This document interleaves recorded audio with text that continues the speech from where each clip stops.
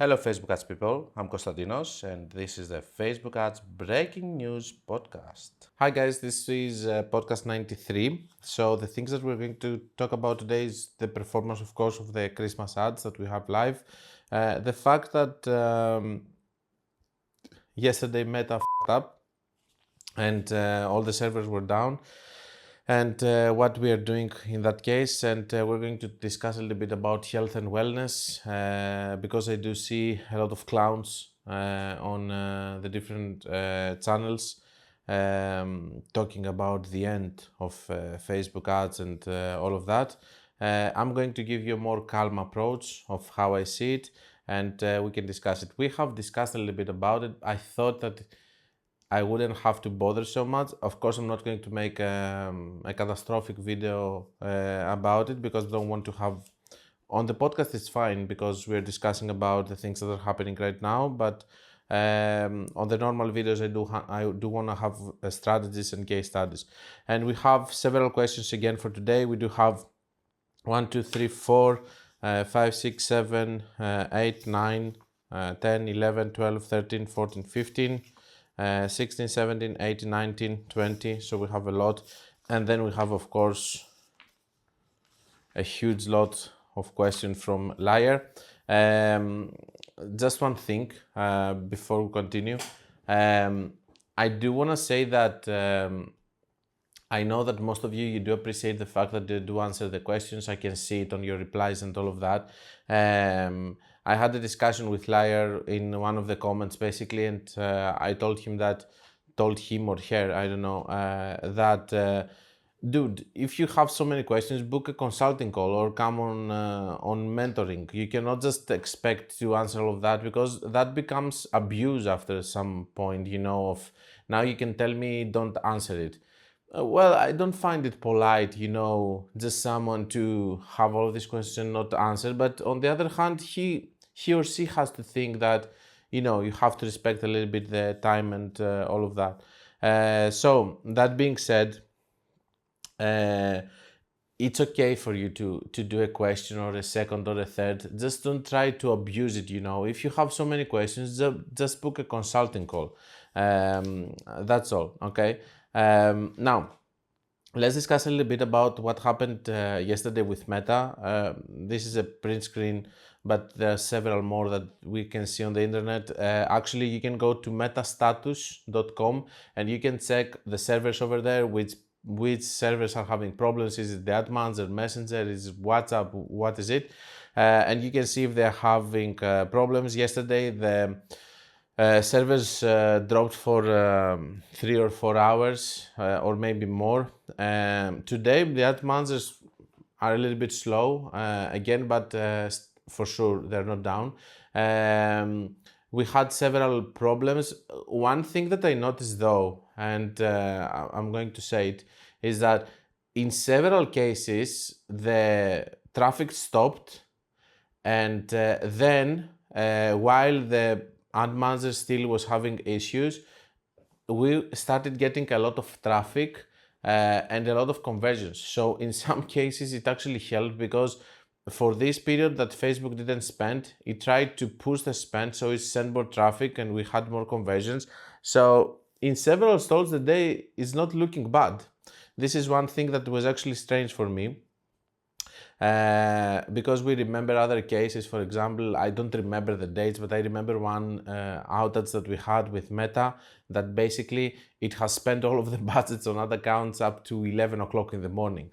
I remember I was in a restaurant having having a dinner with Elena, my wife, and I see this and I tell her, okay, let's pay and let's leave. And I remember that it was a tragic day. Do you know what I did this time when did this happen? I just went for a walk because I realized from the other times that I was here that there is nothing that you can do. You just wait for them to fix it, and when the time passes by, it's like a hurricane, you know, you leave your house and you just go back and you are trying to see what kind of damages you are having. So nothing to do here, but strangely enough, even while the servers dropped for a long period, some of the accounts did really well on my side. Uh, these are typical things. Now, I know that a lot of people have closed their ads. That's their mistake. This is something that they're going to regret. The optimization that I have done today for the ad accounts is that I didn't touch anything. I would just let them for 1 or 2 days to see how is the performance or what is going to happen if there were problems because of this outage, and I will take my decisions later. So right now I'm waiting to see how the accounts are going to behave. A lot of people close their ads and stuff. I disagree with that. I don't believe that you should do it because the ads are not like a faucet that you close and turn on whenever you want. It's just a different thing with the algorithm and everything. So that's how you should manage it. Just, be patient. Don't do many things right now on the other accounts. Just wait for 2-3 days, even the whole weekend, to see how it's going to perform. And then you're going to be able to take your decisions or see if there were any problems caused from that.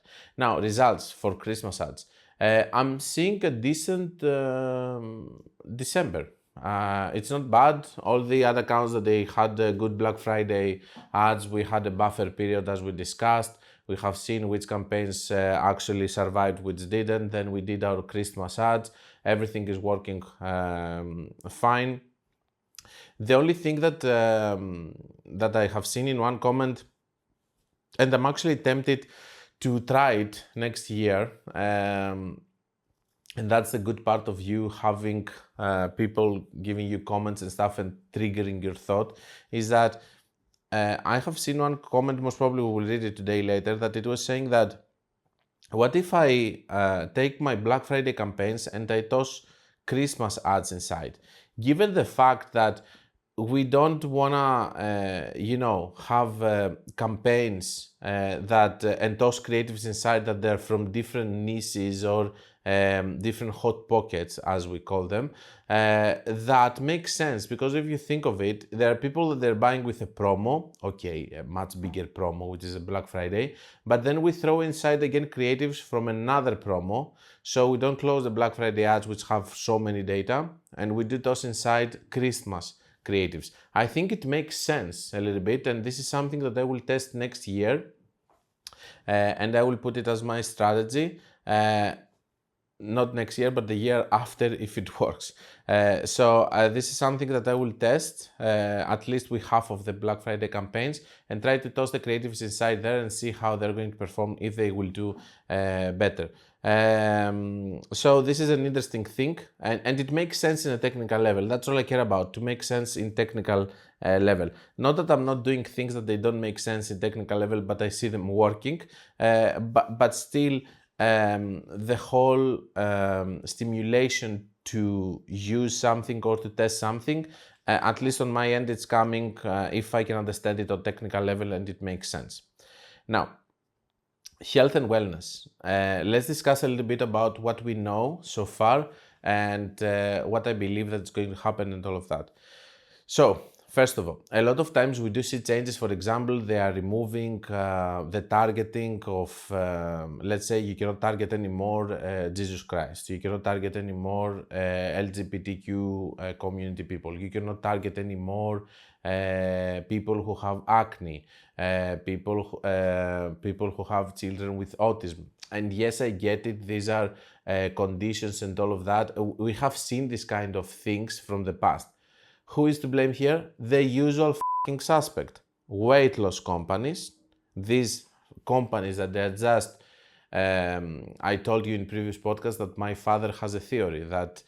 Have you seen these videos that they show a guy who is actually fat and then he becomes thin? My father believes that they take them thin and they feed them to become fat, and then they change the line of the before and after. So anyway... I just believe that the weight loss is the most dirty business, because they're just saying things about, and now we have also guys Ozempic, which is another thing. And the second one, usual suspect, is acne, because they are products that they're saying that, acne is a condition that needs a lot of time. I never had, but I know from my sister, it's a thing that is going to take time, treatments and all of that, and you cannot just take a cream, and believe that you're going to be relieved from acne and all of that. So all of these different things on the personal health and wellness, all of this, also supplements. Everybody now is selling supplements with different formulations and stuff. Let me tell you the truth. The formulation is just going to be 5 or 6 or 7 formulations that major players in Europe and in all over the world are doing. And then what do you have? You do have flavors, you do have marketing and all of that. So don't believe, or vitamins, for example, the multivitamins, for example, there are 2 or 3 formulations out there. Anyway, these are more technical stuff that some people that they do more heavy e-commerce and they talk to these distributors, they will understand. But anyway, it's all about marketing, and when we go to marketing, there are some people that they're going to over exaggerate, they're going to say this or that or that, and this is the point that people are starting getting angry with things that they see. So it's not that Meta and the technical team wants this removed. Why? Because they make money out of it, but the legal team. So the legal team came and said, hey Zook, we have a problem. We get so many lawsuits that we are not able, it's not sustainable anymore, because as a business, we're going to get lawsuits all the time. That's perfectly fine. And we're going to get another one, another one, another one. What is it going to happen eventually is that we're going to see, does it worth it? You know, because if we're getting lawsuits and we pay 100 million, but we make 500 million, fine. But if we make and we lose a lot of money, which is just below the margins that we want to have, then we have to do something about it. And the legal team said that health and wellness, it has to stop, because there is someone that says, okay, I cannot sue this company that sells Ozempic, but I'm going to sue Facebook because it allows them to do that in the platform, and they're lying, blah, blah, blah, and they're not monitoring this and all of that. So why I'm saying this? Because it's serious. When it's coming from the legal team, a lot of times this is something that Meta cannot just say, okay, I'm not going to do it. The same way that they put the beneficiary into the EU, the same way that they have different things for gambling and different ages, the same thing that they have for all of these kind of things. I think that they're going to listen to them, and they're going to impose that. Now, because it's Meta, you can never be sure, and I believe that we have to wait in order to see what is going to happen then. But today we're going to explain a little bit of what we know so far. What do we know? That is health and wellness and finance. Finance means, which is the usual suspect for finance? All these morons that they say that you can invest your money and have a standard return every year, for example, okay? Like it's not coming from stock market stuff, you are going to have a standard return every year. So all of these claims and all of these things, they have actually complicated things. A lot of people have been scammed, and we have the lawsuits and stuff. So we have health and wellness. It's going to be makeup, it's going to be skincare, it's going to be supplements, whatever you can imagine. Who is going to decide? From what we know until now, we have seen some, this is an email, of course, I'm hiding here the information. It says block parameters by Meta. The things that they are saying, oh, by the way, the things that they said is that you're not going to be, not that you're not going to be able to advertise, but what is going to happen is that you're going to be able to advertise, but not use bottom of funnel events. What are bottom of funnel events? All the events about purchase. So the ones that are close also to purchase. So it's going to be purchase, initiate checkout, add to cart, all the sales events, okay? The question here that rises is, can I have a custom event? I was discussing this with one of my friends today. Can I have a custom event, which is going to be a purchase event, but not listed as sales event? From their perspective, they said no, because they have to say no. The point is, are they going to find it out? We don't know yet. So what we know so far is that they are blocking domains. This is the first way that they're funding it, and we have changed domains in some cases, and it has worked again. And the other way is that they're blocking it with parameters within the pixel. So they're not letting you to use specific events, and they're blocking them because they're actually listing you under health and wellness. Who is going to be listed under health and wellness? Of course, this is not going to be something that's going to be done manually. It's going to be done with the help of AI. As it's happening now, is it accurate? Not at all. All the things that I have seen as blockings, it's for companies that they have nothing to do with health and wellness. And the problem is that I know other companies that they're health and wellness and they're not getting flagged. Of course, I'm guessing that this is a new system, AI system, that they're trying to test and see how it's going to work and all of that, and they're going to see what they can learn. But for sure, right now, it's not working at all. Then they say that this is going to be imposed on the January 15th or something like that. But they say that it's going to be a process of 3 to 7 days for whoever wants to appeal. Bullshit. Are you telling me that if all of these companies going to be flagged as health and wellness and they cannot be able to advertise, that it's going to take 3 to 7 business to review all of them? No way. It's going to take months. It's going to be a mayhem. If they don't do it in different batches, it's going to be a big issue. If they're not going to have a complete team ready to actually go and review all of that, it's going to be a huge mess. And there's going to be a lot of companies that they're going to be held hostages for 2 or 3 or 4 months until someone looks and sees if they are health and wellness. So I think it's going to be a total mess in January, and we're going to see crazy things. But it's going to be an opportunity for all the others that are not going to be flagged to scale. So some are going to be stressed, some are going to do good. For me, that I have a diverse portfolio of different clients and different niches and stuff, that's going to be good. If you're a freelancer that you are having only health and wellness brands, most likely you are fucked. There are already a lot of people on the social media that are saying that they have magical solutions about that, but don't believe them. This is total BS. First of all, it hasn't been rolled yet and we don't know. Companies like Triple Whale, Hyros and stuff, they say that they're going to have workarounds. I don't believe that something which is related with the legal team is going to have a workaround. This has nothing to do with the reporting, for example, of iOS devices and stuff. This has to do with legal team. So someone who is with health and wellness and shouldn't advertise for purchase event to be able to advertise with purchase event, it's stupid. I believe that what these companies mean is that you are going to run search ads or traffic ads or whatever, and they're going to tell you the truth if you get sales from there or not. And they say that we have the solution, but this is what they mean. This is what I believe. Because there's not going to be a trick or a workaround around that. But we have to see the processes, guys. So we cannot know yet how many companies are going to be impacted, which companies are going to be categorized over there, if it's going to happen immediately to all of them or in batches. We don't know all of these kind of things.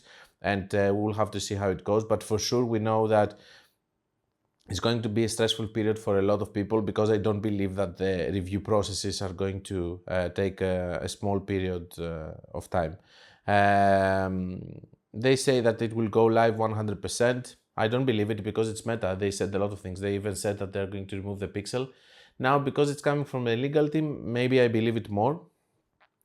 The last thing that I have to say is that if we end up having this kind of problem with these companies not being able to advertise for purchase events and stuff, maybe we'll have to go to more traditional ways, or ways that CBD products and stuff were using for many years, like sending traffic to a blog, or I have seen dropshippers with skincare companies, for example, because all the good marketing ideas are coming from dropshippers, that they are having, for example, a blog where they are showing that look, the 5 best skincare companies for 2025, for example, and they have in the first 4 places the really known ones, and in the 5th place is their brand and stuff that says this was voted for 2025 on the 5th place, and they have a link. So you know all the other 4, but you're going to click on this new one, which is emerging, and it's becoming really good. So these are the things that we're going to utilize, but of course, still we're in the beginning of that, and we're going to see how this is going to roll.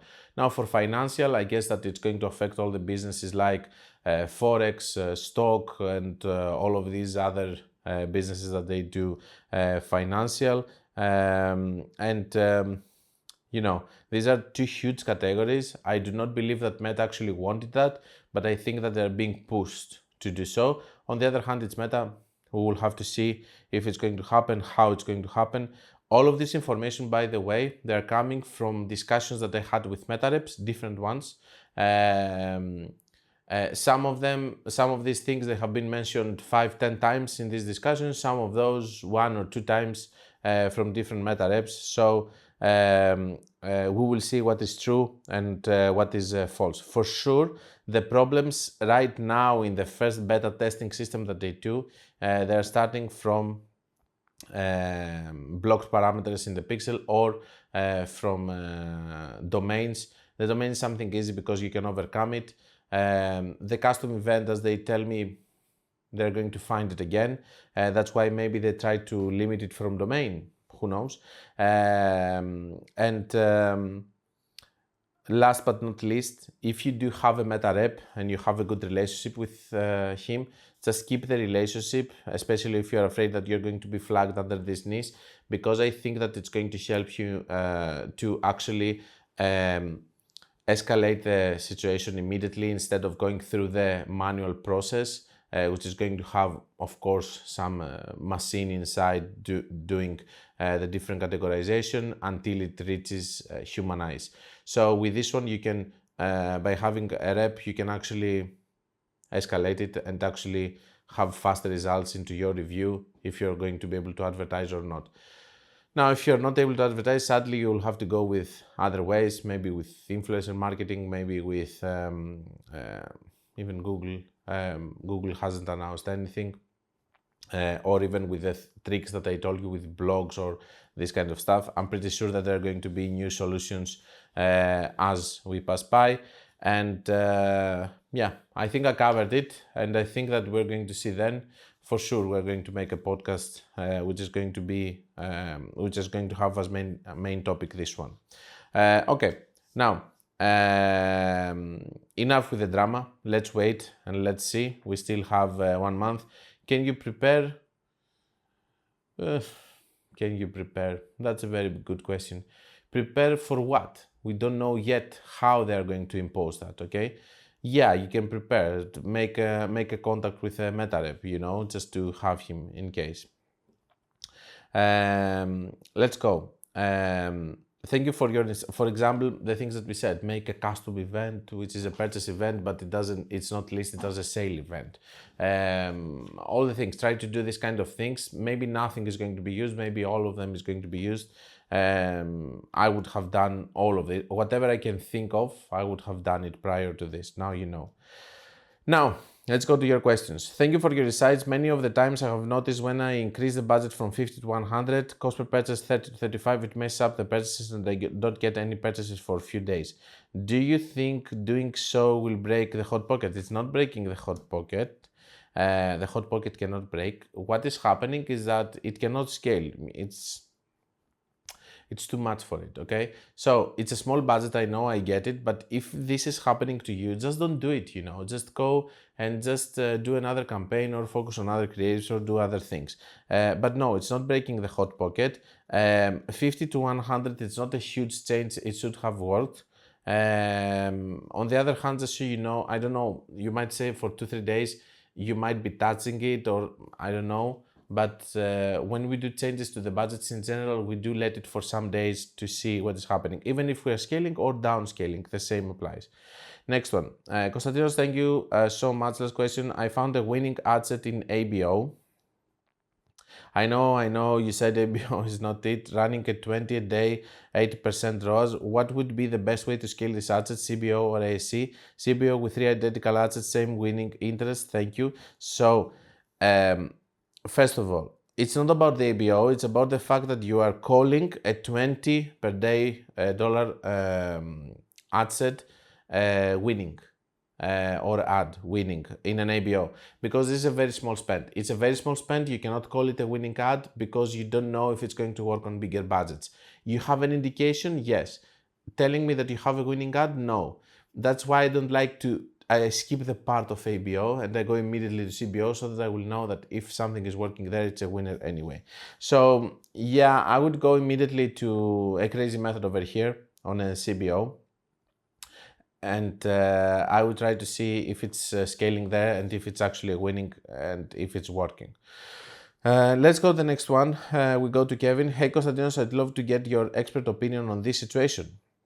We launched a CBO campaign 150 per day and it performed really well in the first week, achieving 30% profit margin, which was above our target. Amazing. We started scaling, increased the budget to 250 a day, maintaining the ROAS and 25 to 30% net profit.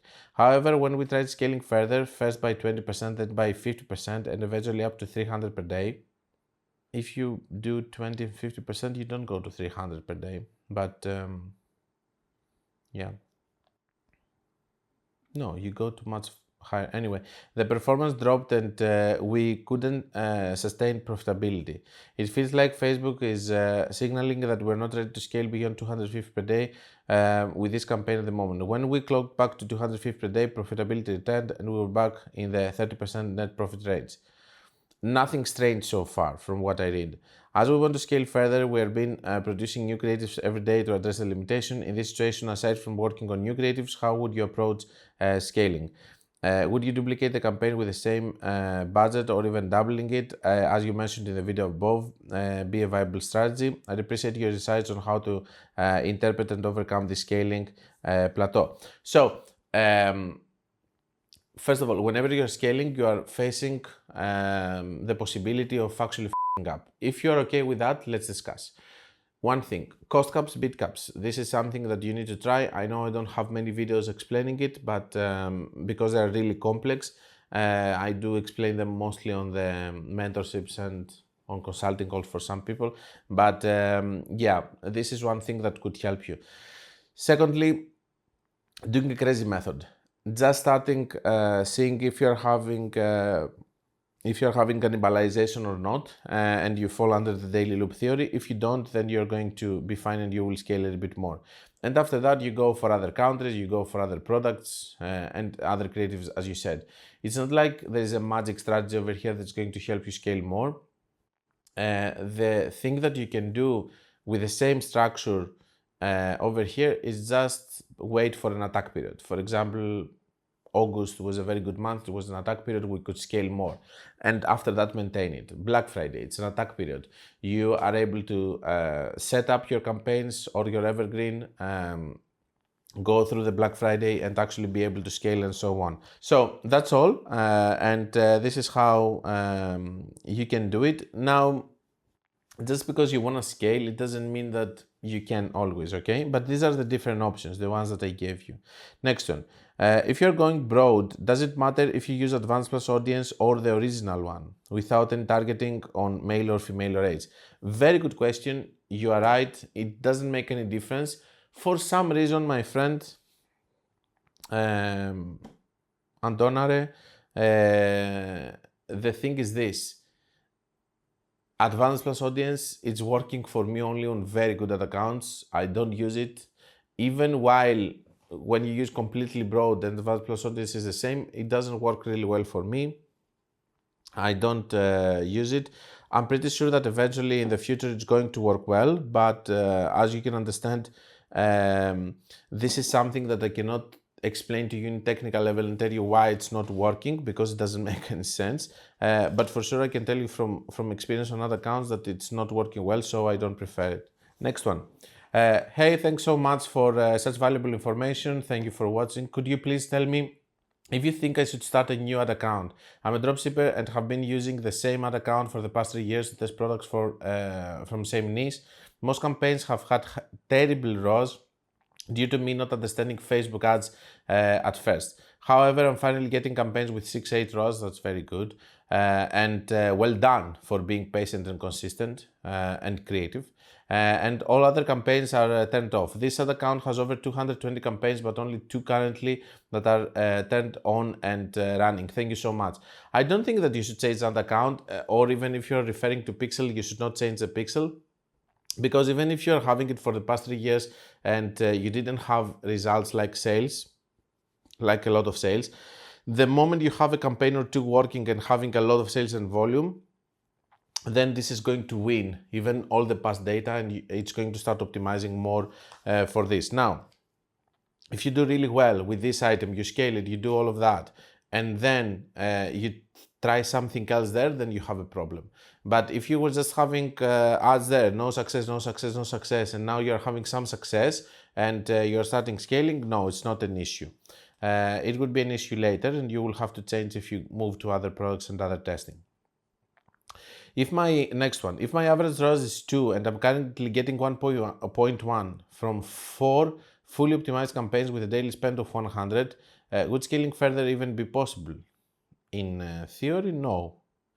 How would you approach this? Since you've scaled many high-spending brands to impressive levels, do you think the best move is to wait for a stronger period to relaunch new campaigns and scale? Alternatively, would reducing spend by closing underperforming campaigns help boost overall closer to the average? Lastly, is scaling realistic if I'm operating near break-even ROAS with such a low daily spend? So, no, scaling is not realistic if you're having 1.5 and your break-even ROAS is 2. No, it's not. Now, how can you overcome it? Okay. First of all, there's this thing that says that, okay, you can just keep trying creatives and some of those are going to be better than the others and you're going to get better ROAS. Secondly is what you propose by lowering budget, trying to find the limit that it's giving you the break-even ROAS or profits. Last one is by testing different things within Meta, trying to get better results like cost caps, or trying to do also maybe even more optimization or more creatives, as we said, and stuff, or try other countries or things like that. So we covered the creatives for better ROAS. Yeah, I think, and last thing, try to improve the numbers of your company. For example, if you're having 1.5 and this is what are the results that you're getting, try to see if you can go into your website, add bundles or do whatever you have to do in order to increase the AOV. Because if you manage to increase the AOV within the site, then the 1.5 ROAS, maybe it's going to become 2.5 ROAS within the platform, because still the same amount of traffic is going to come with the same cost, but they're going to buy more, so your ROAS is going to improve. These are the ways. In my opinion, the best way is the last one with the AOV, because it's not something that needs work within the ads manager. You're just accepting the results that you get there. Of course, you should always try to get better on the creatives, but you get my point. Next one, what's the best approach to determine the right budget for a campaign, whether it's ABO or CBO? Would you base it on 2-3 times the cost per purchase, or use like half the product cost? If the product cost is 80, start with 40 budget for ABO campaigns. Is it essential to test different budgets across and sets to identify what works? So when you have an ad account that you don't know what is working and what doesn't, either you will see historic data to understand, or you're going to work, let's say that it's a completely new account, with just something basic, like do 100 with 4 ad sets and then start seeing what kind of results you are actually getting. Lastly, do you find that a successful campaign structure often revolves around finding the optimal budget ABO, and with CBO, it's with specific ad sets and budgets, so you would test for it? I wouldn't do ABO, I would do CBO for sure. I would try to find a structure that works with ad sets and stuff. Now, if you ask me about an equation, no, there's not a single equation, but if you're having an $80 cost per purchase, for example, and you have 100 to spend, I would prefer to do an ASC first, because it makes more sense. If ASC doesn't work and I will have to go to CBO, I would do the minimum ad sets. With 100, I would do 3 ad sets.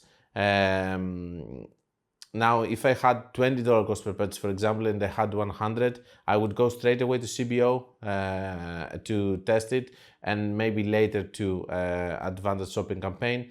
On CBO, for example, I would try, in that case, if we do 100 divided by 20, it's 5. Then I would do something like 5 or 6 or 7, for example, something like that. Most likely I would do 6, okay, a little bit more. So that's how I would approach it, but for sure all of this, then I would see in the campaign if it's spending super fast, if it's spending super low between my 6 ads, for example, okay? And then I would see if it's spending super slow, then I would make another campaign with 5 or 4 just to speed up the process. And then depends the experience on their account, okay? That's, I hope it makes sense, and how they behave on optimization and all of that. Next one, my CPA is 3.6 to 4.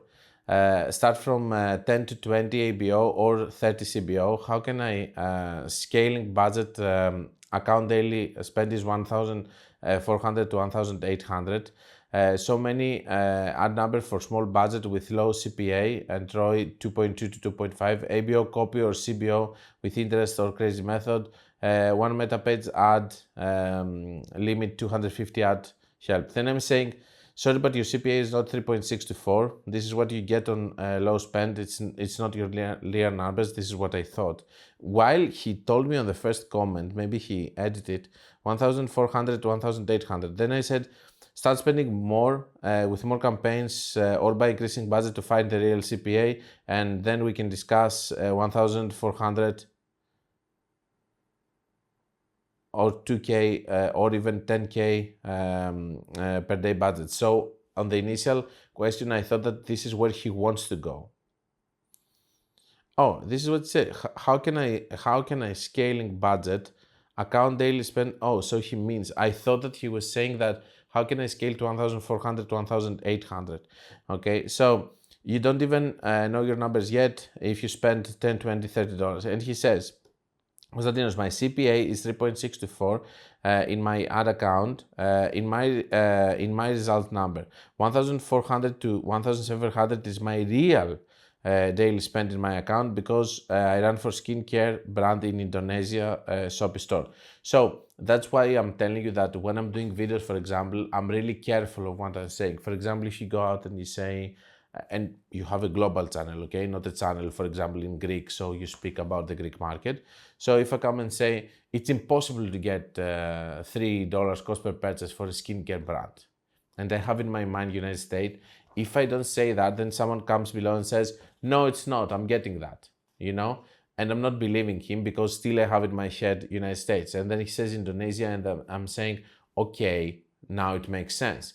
So that's why it's not good when we speak into our YouTube channels to talk about general things and be 100% sure of things because they're happening in some places.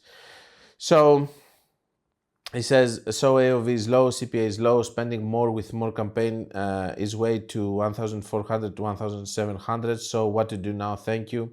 So I'm telling him, okay, so new info here, which would help initially if I knew, but anyway, Indonesia and 1,400 spent. That means that you get that CPA with volume. I would focus on these 4 things to scale more: new products, cost caps, new creatives, partnership ads, and collaboration with influencers. These are the things that I think that they could take him to spending more. If you're getting something with a lot of budget, most likely these are your numbers. Okay, he might be running just one campaign, and over there you can try to improve to see if other creatives that you have tested they are going to work also. But it's not about the multiple campaigns, it's about the creatives. So it's one of the 4 things that I mentioned here, as you can see on my answer. Next one. You've mentioned that scaling budget with ABO campaign is more feasible compared to CBO because ABO is less fragile. However, you've also said that I said that ABO campaigns are, because it's just one ad set, it's easier for you to scale them because what is happening is that you are able to control them better. Comparing to a CBO that has several assets and you might ruin the balance. However, you also said that budget increases, especially at higher levels like 1,000 a day, should be handled cautiously to avoid resetting the learning phase. I never said that you should avoid resetting the learning phase because I don't care about the learning phase, but I said that it makes more sense there, which is a theory. The 20% is a theory that's coming from the fact that you don't want to reset the learning phase. I don't care about the learning phase because I do believe that learning phase is there so that it can make people spend more to reach a goal. I haven't seen differences between ad sets that they pass the learning phase or not. In any level, like from results to if they stay for a longer period or all of that. So I never said that. I just do believe that if you are on bigger budgets and you do big bumps, then you fall under the maybe big significant edit, which might disturb the results on the ad account and the ad set or the ad itself. Since there is always a risk that scaling might overemphasize the leading ad and it fails, the entire campaign could collapse. Would you recommend limiting budget increases to once or twice with 20% rule for high budget campaigns? Yeah, this is something that I said in my video for the 20% rule, that the only place that makes sense to work with 20% is the higher budgets. Or is there another strategy you suggest to mitigate the risk? My other strategy that I mitigate the risk is that I will never reach a campaign like this to these high spends, because I would have multiple campaigns with smaller spends and I would work with average results. That's my way of mitigating the risk. Maybe you have another way, but this is my way. And I'm going to be aggressive and I would decrease things during Black Friday period or other promo periods, which is a completely different discussion, completely different handling. So my way of mitigating is multiple campaigns. That's why I like to use them, because I have seen that I can be more stable with them. Next one. Hi Konstantinos, what time of the day do you usually adjust your budget? I told him at 6 a.m. He says, is it GMT 8? Why at 6 a.m. not at 12? So it's correct to go and touch things at 12 o'clock, which is the reset. The reason that I don't prefer to do it is because, just to be clear, I'm not that fixated that it has to be 6. Sometimes I'm optimizing at 8 o'clock for a specific place, sometimes for 5 o'clock, sometimes for 12 p.m. Some specific places. It's not like I'm just holding this, no matter what is going to happen, I will be there at 6 o'clock to optimize. So what you're saying here, that the reset hours, the 12 a.m. is correct. You can optimize also then. The reason that I don't do it is because I have seen that when I optimize at 6 a.m., some say, because remember, before the reset, it's the prime hour. It's 8 to 11, so it's the prime hour. So a lot of orders are coming on this hour. If you optimize at 12, some of these sales, they're going to be missed. Okay, so up to 6 o'clock, the sales that, some delayed sales are going to be reported, and you will have more data to optimize, and and it's less possible for you to make mistakes like this because you didn't have enough data. That's the only reason, because I'm expecting for some delayed sales to be reported up to 6 a.m.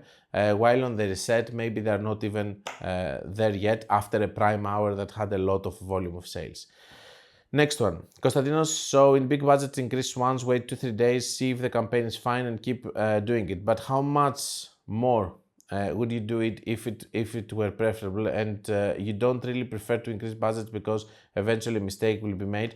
Yeah, eventually you will increase until when eventually something is going to happen. And a lot of times the people that they keep increasing the budgets like this, they don't have this 2-3 days buffer, because they just decrease the budget then, and they just don't wait 2-3 days to see the results. They just see bad results, they decrease again, see bad results, they decrease again, and they end up f***ing up the whole campaign. So you have to understand that the same way that you are scaling and you are waiting 2-3 days, this is the same thing that you should do when you are downscaling. And this is something that you need to learn if you want to work like this with campaigns. And yes, eventually you're going to not make a mistake. Maybe you're going to be unlucky. Maybe it's going to be a day like the day yesterday, for example, with the servers, and you're going to have a problem, okay? So that's why I don't like it, because I don't believe that you can just scale infinitely just because you want to. With multiple campaigns and all the things that we're discussing, it's a more structured approach. I'm having a case study which I'm preparing right now with another account which is working with only one campaign scaling, and how I managed to scale more by having multiple campaigns. Next one. Hi Konstantinos, how do you deal when you notice product margin is low and you have to increase price while you have multiple campaigns running? Thanks. That's a tough thing. I wouldn't try to increase price most of the times. I would try to increase AOV. So I wouldn't try to touch the price of the product. I would, unless there's only one case. If someone has, for example, $5, let's say $5 plus $5 shipping, I would prefer to sell it for $10 for free shipping instead of selling it for $5 with $5 shipping, because in that case the people love free shipping and they would just pay even more. You can just take the whole price of the shipping and put it to the price of the product, and it's going to be much more efficient than just having a shipping with a cheaper price. People are not going to appreciate it. In that case, as you say, what I would try to do is I would try to increase the AOV, because this is the thing that you can touch, and you can make them buy more or convince them to buy more, and it's going to fix your numbers a lot, and your margins, of course. Konstantinos, I think everything in Facebook ads are testing and testing and testing. You can say that twice or 3 times. You're so right. Beside this, my question was if an ad account pixel is trained for one niche on one country or on both of them. If I try to sell a pet product in the same country that I sell tech goods, I will not have the same success. I'm trying to figure out what trained pixel means. Trained pixel means that based on the data, it understands the ideal avatar clients that you have. Now, if you're having 2 different products, one tech product, one pet product, most likely your pixel is going to try to sell. Some people, by the way, believe that the pixel is not getting trained at all, okay? And it's like a cable that transfers information. I don't believe that. I have seen different things with pixels. The fun part with all of these people is that when they change that account, they change also pixels. So my argument is, if you think that the pixel is just a cable, why are you changing your pixel in the new ad account if it's not getting trained, you know? So something is wrong there, and I'm seeing more and more people just mentioning that it's just a cable, it doesn't have any data and stuff. Okay, the next time that you're going to change as a dropshipper the ad account, don't change the pixel, keep the same pixel. And for the next ad account, keep the same pixel. For the next ad account, keep the same pixel. Why are you changing it? To unclog it? The cable is now ruined. Anyway, the more I have the YouTube channel, the more I'm getting sick of all of these, that they are just saying something on internet without any consequences, including me, and they have to prove nothing. I can just say whatever, I can just tell you that this page is black, and I have to prove nothing just because I told so, okay? Or because I have a YouTube channel, you have to believe it. Or you are starting now and you don't know how to filter the information. So I guess, guys, that's the difficult part over here. So the thing is that if you have 2 products and one pixel, basically your ideal avatar client is going to become the one who likes also pet products. He has a pet, but he also likes tech products, as you say. Now, different countries. I have several pixels that they are operating across a lot of different countries. I have ad accounts that they just have ad account for country, pixel for country, website for country. Both of these things can work, but for sure I can tell you that for dropshippers, because whenever I hear pet niche, 90% of the time is dropshipping, and it shouldn't be, because the pet niche is something that dropshippers shouldn't touch, because it's not appealing to it's not appealing, it's too expensive, you know, to work on it, and so competitive. Yeah, for different countries, I think that since you're a dropshipper, I believe that you should try one pixel for all of these countries, and you're going to be fine. Hello, Konstantinos. My question is about targeting different countries. So basically, he says my account is well trained on selling one specific product in 2 specific countries. Okay, I want to try to sell same product to a new country with the same population as the other 2. That's perfect.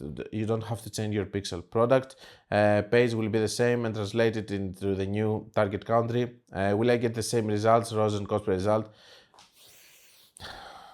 I don't know. We have this expression in Greece. I don't know if you have it. You will say, "Let me smell my fingers," to know. I think there's an English version of that. I don't know if you're going to have the same, but in technical level, it does make sense to try it. Okay. They say strategy plus ads products. What's your opinion? Thanks in advance. Yeah, I think you should try it, guys. That's all. It was a huge podcast. I'm exhausted. But as I said, it was the last set of questions for Mr. Liar. Guys, I will go rest now and I will see you on the next one. This is the end of the first part of the Facebook Ads Breaking News podcast. If you don't want to miss the second half of the podcast, where I'm answering all the remaining questions of the week, visit my Patreon page following the link on the description.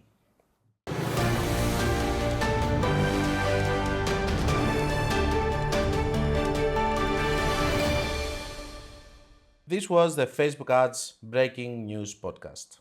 Like it or not, it is what it is.